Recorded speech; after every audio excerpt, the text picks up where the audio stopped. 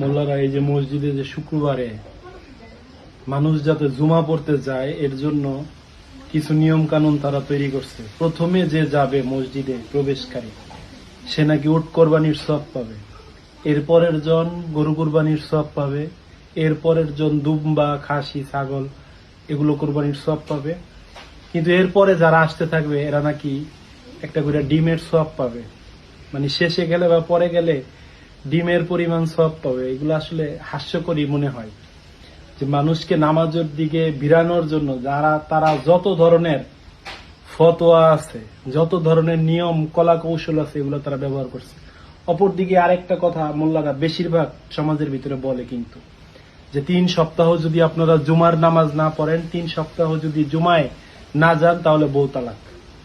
এটা কি শুনছেন না? এরকম কিন্তু অসংখ্য হাস্যকর ব্যাপার, হাস্যকর মানে পরিবেশ তারা তৈরি করেছে, হাস্যকর কিছু কথা তৈরি করেছে যেগুলোর সাথে রাসূল পাক সাল্লাল্লাহু আলাইহি ওয়াসাল্লামের ইসলামের কোনো মিল নাই। রাসূল পাক সাল্লাল্লাহু আলাইহি ওয়াসাল্লামের ইসলাম হচ্ছে প্রেমময়, আমার মাওলার ইসলাম হচ্ছে প্রেমময়। তাহলে এই যে ভয় আর লোভ এগুলো দেখে মানুষকে কেন ধর্মের দিকে নিতে চায়, এগুলো আসলে আমাদের সঠিক বুঝে আসে না।